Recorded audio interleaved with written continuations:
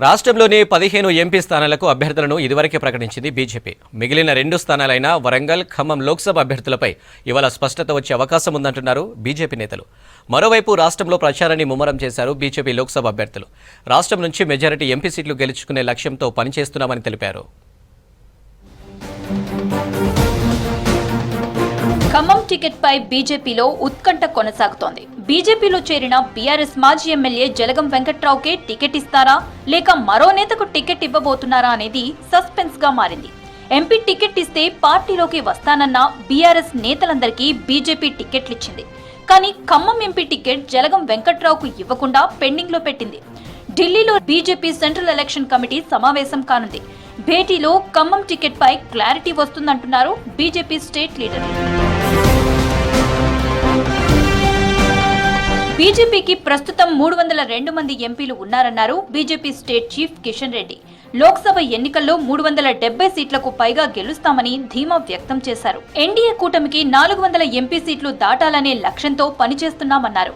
Secunderabad segment పరిధిలోని Baghamberpet division లో ఎన్నికల ప్రచారం చేశారు కిషన్ రెడ్డి. లోక్సభ ఎన్నికలకు సంబంధించినటువంటి నగారా మోగింది.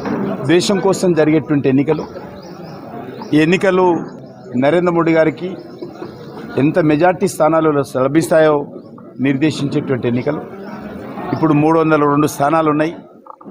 భారతీయ జనతా పార్టీకి సొంతంగా 370 స్థానాలు వస్తాయనేటువంటి అంచనా వేస్తూ ఉన్నారు అందరూ. ఎన్డీఏకు 400 సీట్లు దాటాలనేటువంటి లక్ష్యంతో పనిచేస్తా ఉన్నారు. కరీంనగర్ కు బండి సంజయ్ ఏం చేశారో ప్రతి గ్రామంలో డిజిటల్ ప్రింట్ వేయించారని, అక్కడికి వెళ్లి మంత్రి పొన్నం ప్రభాకర్, కేటీఆర్ చూసుకోవాలన్నారు బీజేపీ నేతలు. బండి సంజయ్ పై మంత్రి పొన్నం ప్రభాకర్ చేసిన వ్యాఖ్యలను తిప్పికొట్టారు బీజేపీ లీడర్లు. బీఆర్ఎస్ ఎమ్మెల్యేలు కేటీఆర్, గంగుల కమలాకర్ తో మంత్రి పొన్నం ప్రభాకర్ కు మంచి సంబంధాలు ఉన్నాయని ఆరోపించారు బీజేపీ నేతలు. నువ్వు మంత్రివర్గంలో కొనసాగడానికి నైతికమైన హక్కు ఎందుకు లేదు అంటే, ఈ మాటలు మాట్లాడడం అనేది ఒక రాష్ట్ర మంత్రికి స్థాయికి సరిపోదు, స్థాయికి మంచిది కూడా కాదు. నిన్ను ఎన్నుకున్నదే గత ప్రభుత్వం మంచిగా లేకపోతే, గత ప్రభుత్వం చేసిన తప్పులకి నిన్ను ఎన్నుకుంటే, ఈ రోజున ఉన్న పరిస్థితులకు కారణాన్ని ఎవరినో చూపించి తప్పించుకున్న ప్రయత్నం చేయడం అనేటువంటిది ఒక అసమర్థ మంత్రి లక్షణం. పొన్నం ప్రభాకర్ గారు ఆ కోవకి చెందినటువంటి వ్యక్తి. మేము ఇవాళ సవాళ్ళు విసురుతున్నాం పార్టీ తరఫున. నువ్వు మంత్రిగా పోటీ చేయొచ్చు కదా, ఎంపీగా. ఇంకా ఎలక్షన్స్ రాలే, ఇంకా నోటిఫికేషన్ రాలే. రేవంత్ రెడ్డి గారికి అడిగి నేను బండి సంజయ్ ఓడగొడతా అని ఎంపీగా పోటీ చేయి. కరీంనగర్ లో పోటీ చేసి గెలువు. బండి సంజయ్ మీద నీకు అక్కసు ఉంటే, కోపం ఉంటే మీకు ఎంపీగా పోటీ చేయి, గెలవండి. చిల్లర మాటలు, అవాకులు చవాకులు మాట్లాడితే మీ స్థాయిని మీరు దిగజార్చుకున్న వాళ్ళు అవుతారు తప్ప ఈ రకమైనటువంటి మాటలు ప్రజలు నమ్మరు.